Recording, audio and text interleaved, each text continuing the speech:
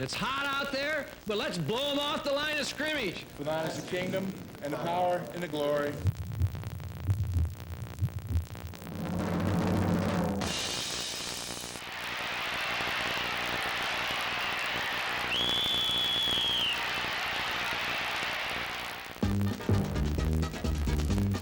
You'd be hard-pressed to find too many westerns at your local movie theater these days.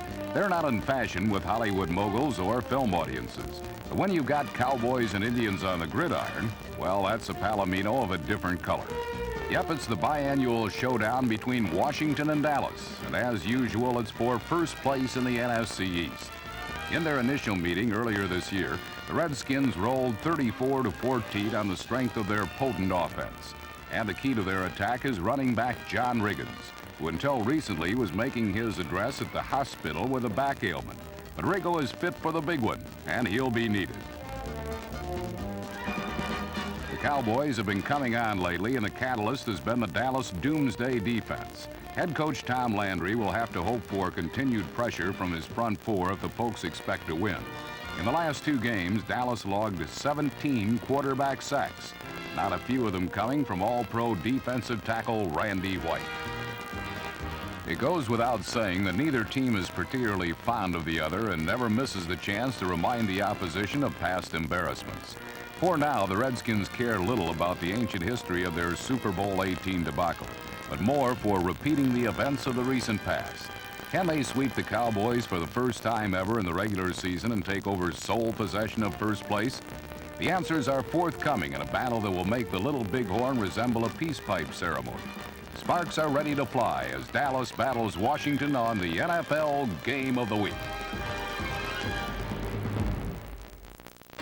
In his previous outing against the Philadelphia Eagles, Dallas quarterback Danny White had one of the worst days of his pro career, so he was anxious to atone for that performance against Washington.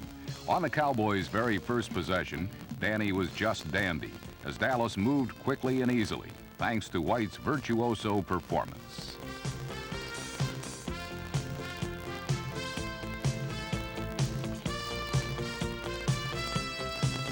White did everything but choreograph the dance routines for the Cowboy cheerleaders. He ran, passed, and avoided trouble while smartly executing a 10-play, 80-yard scoring drive.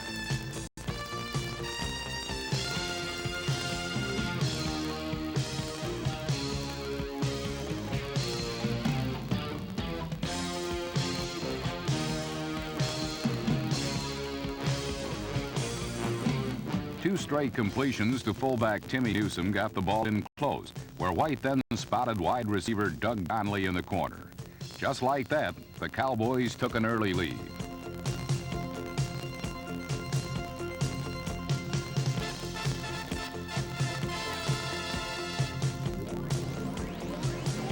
White began this season as the NFL's top-rated passer of all time, but 1984 has been an Orwellian experience for him. This throw to Donnelly was only Danny's 7th touchdown pass of the year, but it was timely and important as a morale booster for an athlete who hasn't had a lot of pleasant experiences recently. The score, Dallas led 7-0. Washington did not answer back in quite the same manner, however. Oh, they found they could move the ball on the Cowboys, no problem there. But the Redskins weren't going to get maximum results out of their efforts, at least not right away. Quarterback Joe Theismann leads the 4th most prolific attack in football. But in the first half, points would be scarce, despite impressive gains between the two 20-yard lines.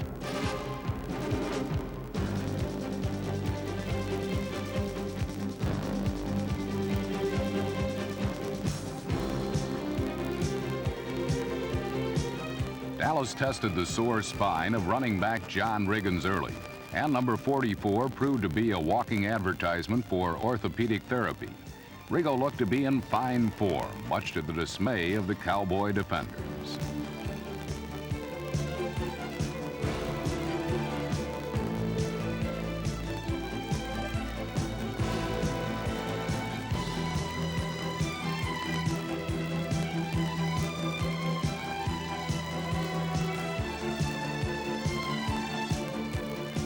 But on a key third down call, the Redskins fell victim to the hot Dallas pass rush, and the drive stalled. In came kicker Mark Mosley, who earned Washington its first points of the day, trimming the Cowboys' lead to 7-3.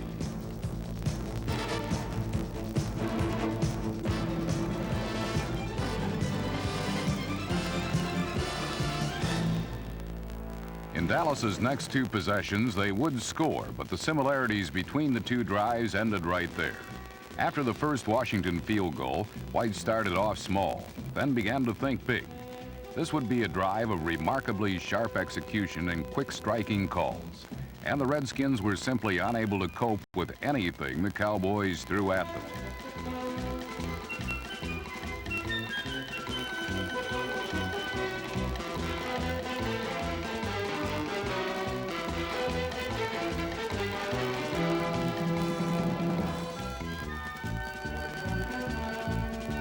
After some short but sweet stuff, Danny went big, utilizing the remarkable skills of running back Tony Dorsett, number 33, along with some timely downfield blocking.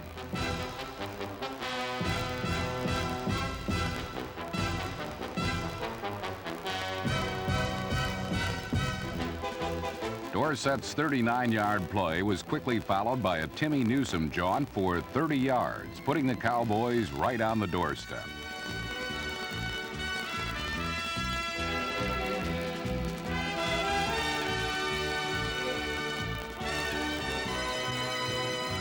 The Redskins were bewitched, bothered, and bewildered by what was happening.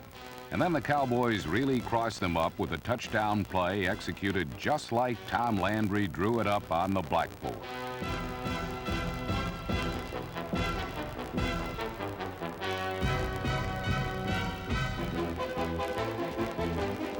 Tight end Doug Cosby was all alone for the score, his fourth of the year, making him the team leader in both touchdowns and receptions. It worked thanks to White's play fake, which sent the Redskins scurrying left. Cosby, however, sneaked right and found the ball delivered to him in room service fashion.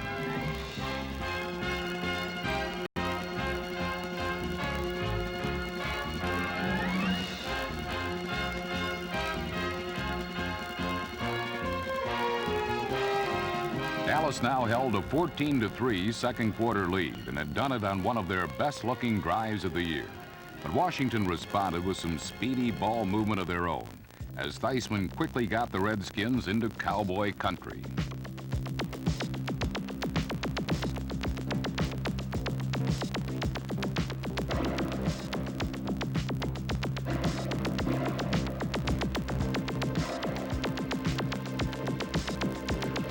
However, the pattern then repeated itself as Washington could not punch it home.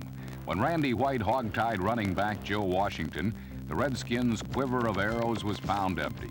So Mark Mosley came on again, and his kick made it a 14-6 affair. For the rest of the half, Washington could not even get this close as Doomsday honed its sights on Theismann and company. Fierce pressure and some costly fumbles sent the Redskins steadily in reverse.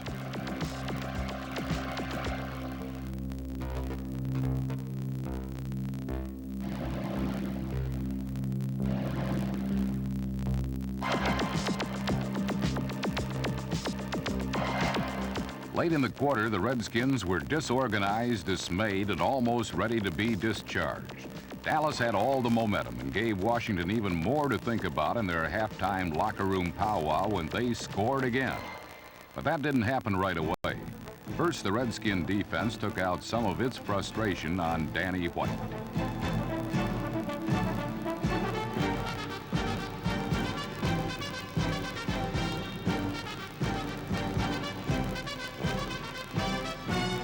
After Washington added to its league-leading sack total, White picked himself up off the carpet and connected twice with number 82 wide receiver Mike Renfro.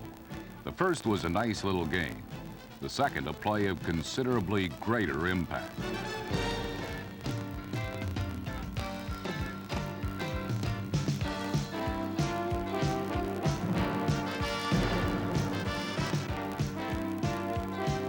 The 60-yard hookup made it 21-6 Dallas at the half. The home team was riding high, but the Redskins were not ready to have this Western simply fade out with a peaceful march to the reservation. In the second half, the Cowboys would have to circle the wagons, but even that would not stop the angry tribe from Washington.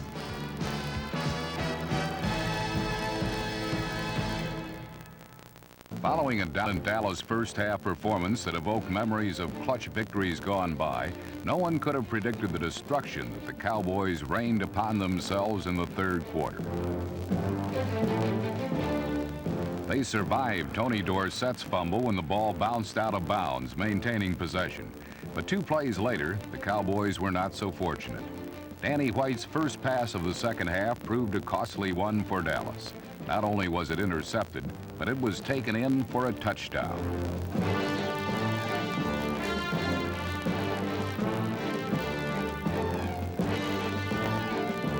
Number 28, Darrell Green, got the Redskins back into the game with one swift stroke. And suddenly Dallas's seemingly overwhelming advantage had been markedly reduced. Green's interception cut the Cowboys' lead to 21-13 just 2 minutes into period 3. And showed the quickness and anticipation of the second-year cornerback, whose blazing speed and sense of timing has more than made up for his supposed lack of height. Green's theft was only the beginning of Dallas's third-quarter debacle. On the kickoff following the score, the Cowboys' return team produced the second turnover when Chuck McSwain coughed up the football when hit by Redskins special teamer extraordinaire Otis Wansley.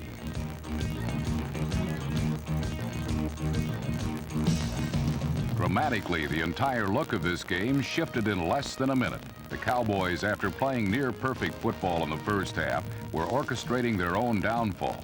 When Joe Theismann found Calvin Muhammad in the end zone for a 22-yard touchdown, Dallas's lead was sliced to only a point. A game that was surprisingly one-sided in the first half was now surprisingly tight in the second. Over 11 minutes remained in the third quarter, and the Cowboys were clinging to a 1-point lead. Danny White's brilliant first half was nothing but a memory, and as the third quarter progressed, the Redskins continued to make it tough for him.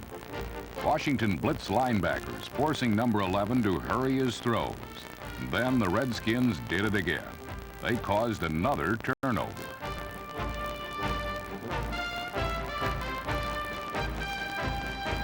Darrell Green's second interception in 4 minutes gave Washington the opportunity to take the lead for the first time in the game.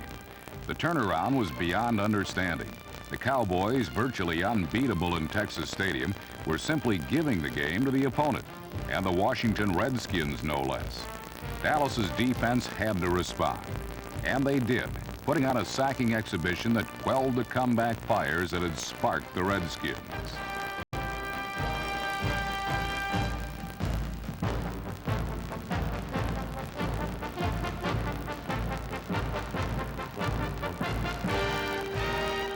Strong play by the defensive line and kamikaze blitzes by the likes of Bill Bates, number 40, slowed Washington down and restored a semblance of order to a contest the Cowboys had so suddenly lost control of. But the offense still had to settle down. Danny White and the Cowboys offense had moved the ball very well in the first half. White's poise and pinpoint accuracy accounted for 3 scoring passes. But the second half was a different story.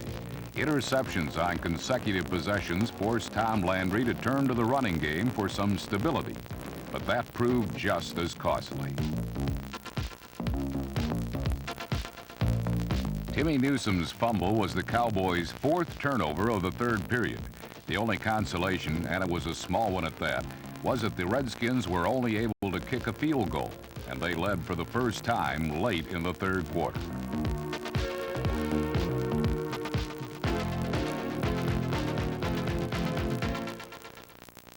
Best way to clean teeth? The dentist. Sunday, November 9th on ESPN Classic.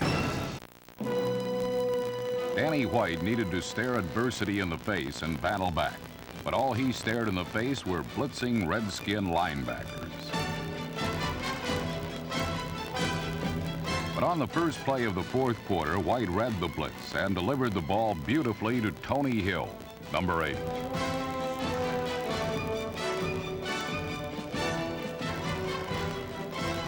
The result was a 43-yard touchdown that sent the Cowboys back into the lead. Perhaps a demon had invaded the Cowboys' collective body in the third quarter.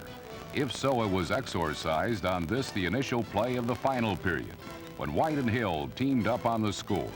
A rainbow from the Dallas quarterback that landed easily in the arms of the Cowboys' top wide receiver.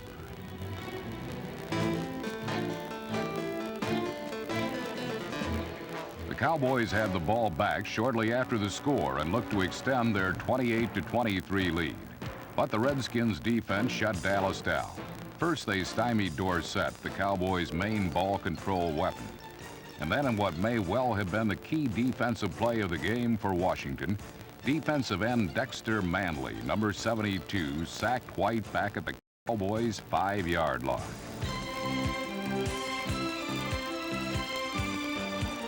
The sack forced the Cowboys to punt from their own end zone, ensuring Washington excellent field position.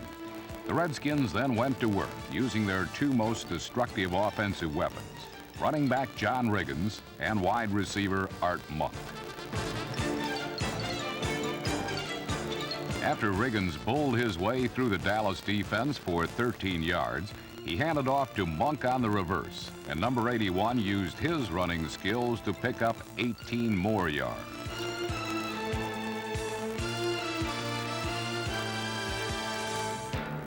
The NFL's leading receiver with over 90 receptions, Monk then went back to what he does best, and this 14-yard catch brought the ball to the Cowboys' 1-yard line.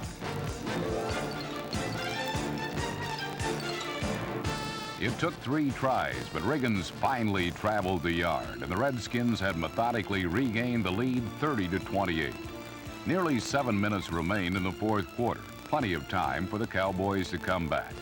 What began as a Cowboy romp had become a hard-fought struggle for playoff survival in the incredibly competitive NFC East. The Cowboys had blown a 21-6 halftime lead. This was not a game they could afford to lose, and Danny White knew it. His own mistakes had helped the Redskins come back, but he had shown his character with a touchdown pass to Hill, his 4th of the game. Now the Washington defense waited, as White needed to show his character yet again. Time was not a factor yet, so the Cowboys used the run effectively, popping Dorsett up the middle for a good gain. But Dallas was not going to get in the end zone using the run as its predominant weapon, and the Redskins were ready when White dropped back to throw. It's a good thing that White was ruled in the grasp of a Washington defensive lineman, making it a quarterback sack, where the pass that followed was picked off by the Redskins' Anthony Washington.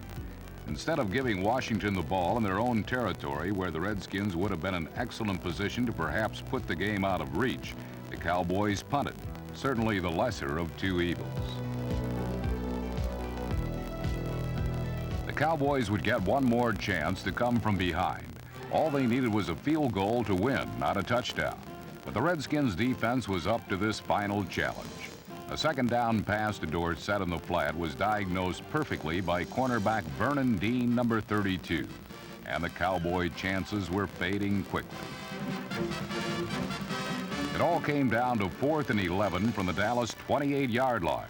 1 minute and 21 seconds remained in the game.